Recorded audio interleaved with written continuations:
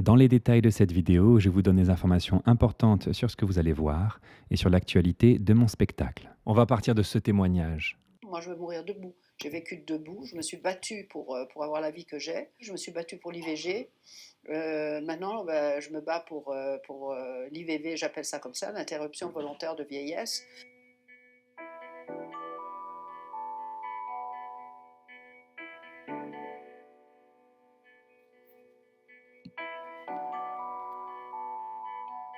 Cette femme qui ne souffre d'aucune maladie incurable renonce à son existence sur Terre pour ne vivre que le temps où elle est en pleine possession de ses moyens physiques et intellectuels. Je la cite, « La perte d'autonomie, pour moi, c'est la fin de la vie. J'ai pas envie qu'on s'occupe de moi, j'ai pas envie d'avoir des infirmières, j'ai pas envie qu'on me mette dans un mouroir, des EHPAD pour moi c'est des mouroirs, de me retrouver perfusée, ventilée, infantilisée, d'avoir des gens qui viennent me voir, alors Madame Jenkel, il fait beau aujourd'hui, on est bien, et de me faire voir des clowns. On s'amuse bien aujourd'hui. On peut vous faire venir un coiffeur aujourd'hui, on va vous faire toute belle. Ça vous angoisse. Vous voulez surtout pas qu'on vous parle comme ça, qu'on vous traite comme ça, quoi. Et après qu'on me torche, que je sois pas capable de prendre mon bain toute seule, que je sois... Non, mais non, no way, pas question, je veux pas de ça.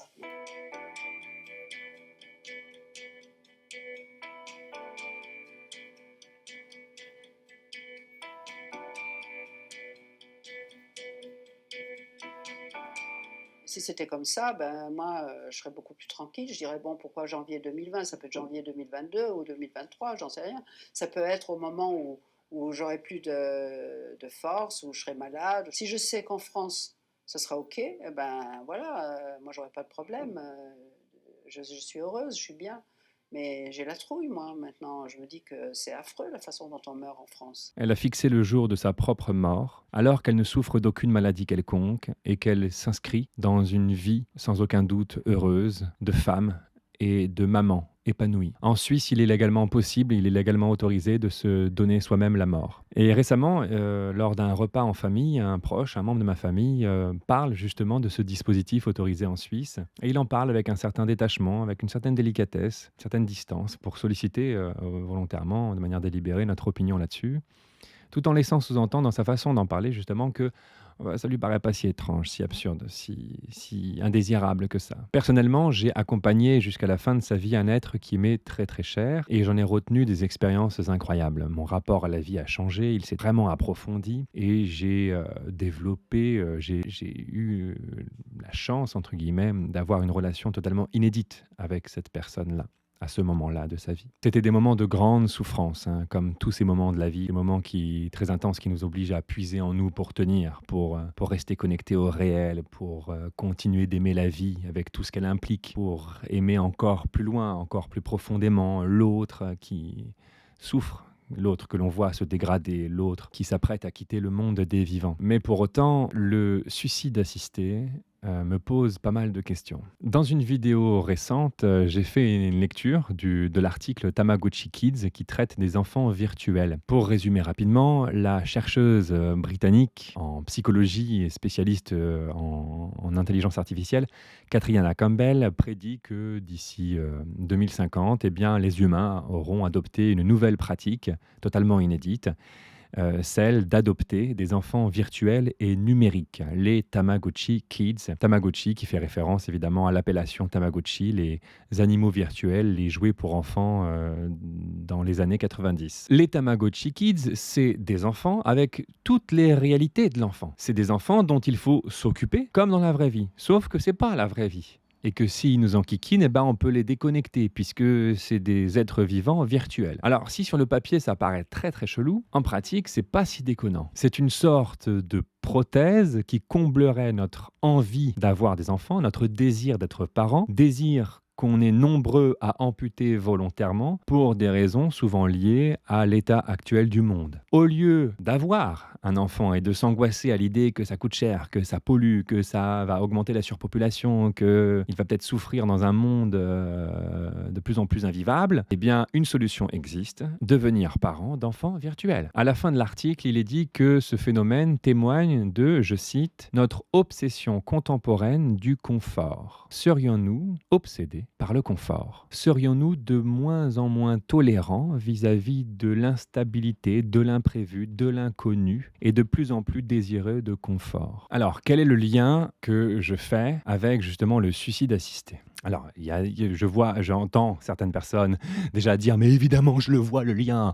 Bien sûr que je le vois le lien. On est complètement cons, nous les humains, à vouloir toujours plus de technologie, à vouloir toujours plus de confort, les industries qui polluent. Et puis les autres qui vont dire, mais bien sûr que je le vois le lien. Évidemment que nous voulons plus de confort, parce que plus de confort, c'est créer une société beaucoup plus confortable. Et il ne faut pas renoncer à ce confort. Peut-être c'est bien aussi de mettre un peu son utilitarisme de côté, d'un côté comme de l'autre, hein. Pourquoi ne pas réfléchir pour le plaisir que cela procure?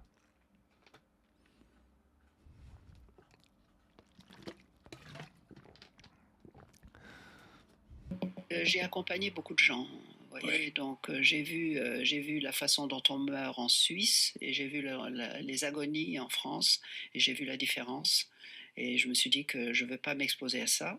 J'ai un père qui est mort dans un EHPAD en France de la maladie d'Alzheimer. C'était épouvantable. J'ai vu tous les autres patients qui étaient dans cet EHPAD et ça m'a terrorisé. Après, En fait, vous avez peur, quoi. j'ai peur. Je suis une trouillarde, en fait. Quand les gens, En fait, vous avez peur de la mort. il y en a qui non, de la mort non, de la souffrance. De la mort, de la souffrance. De la souffrance de la mort non. Ce n'est pas la mort qu'elle refuse, mais les souffrances de la vieillesse. On ne veut plus des souffrances liées à la vieillesse. D'ailleurs, la vieillesse n'est plus considérée ici comme un âge parmi les âges de la vie à traverser, mais comme une maladie. Les pathologies, on en a. Pas forcément des pathologies insupportables, mais la vieillesse en elle-même est une maladie incurable et le pronostic en est fatal. Voilà. Il y a une volonté de se saisir de la vieillesse et de ses réalités. La vieillesse, on ne la regarde plus comme une fatalité que l'on devra tous traverser, en espérant que la vie ne nous la rende pas trop pénible, enfin si tant est qu'on arrive vivant jusqu'à un certain âge avancé. Mais la vieillesse devient une réalité sur laquelle l'humain peut avoir une marge de manœuvre. Les humains ont voulu intervenir sur leur destin biologique pour s'offrir le droit de mourir au moment souhaité. C'est une façon de regarder la mort en face, de la convoquer, plutôt que de l'attendre et de subir les dégradations qui la précèdent. Mourir devient un acte, et la mort prend le sens qu'on lui donne. La vieillesse et surtout la mort sera de moins en moins une expérience collective et deviendra de plus en plus une expérience individuelle. Si on extrapole un peu, est-ce que la mort ne deviendra-t-elle pas une décision personnelle à prendre au bon moment plutôt qu'une expérience inédite qui bouscule, mais d'une richesse incroyable, qui occasionne une attention particulière, une attention familiale et amicale? Est-ce que celles et ceux qui manqueront de courage pour se donner volontairement la mort, avant d'être un poids insupportable pour leurs proches, seront considérés comme adolescents, comme irresponsables, ne pensant finalement qu'à eux, qu'à leur petite vie vieillissante, au lieu de penser aux autres, à ceux qui restent et à ceux qui ont leur charge? Ou au contraire, est-ce qu'on ne devient pas plus adolescent, plus capricieux, plus exigeant vis-à-vis de la réalité, à mesure que l'humain développe de plus en plus de moyens pour satisfaire ses propres envies, ses propres attentes? À l'échelle collective, est-ce qu'on ne serait pas poussé, est-ce qu'on ne nous obligerait pas finalement à mourir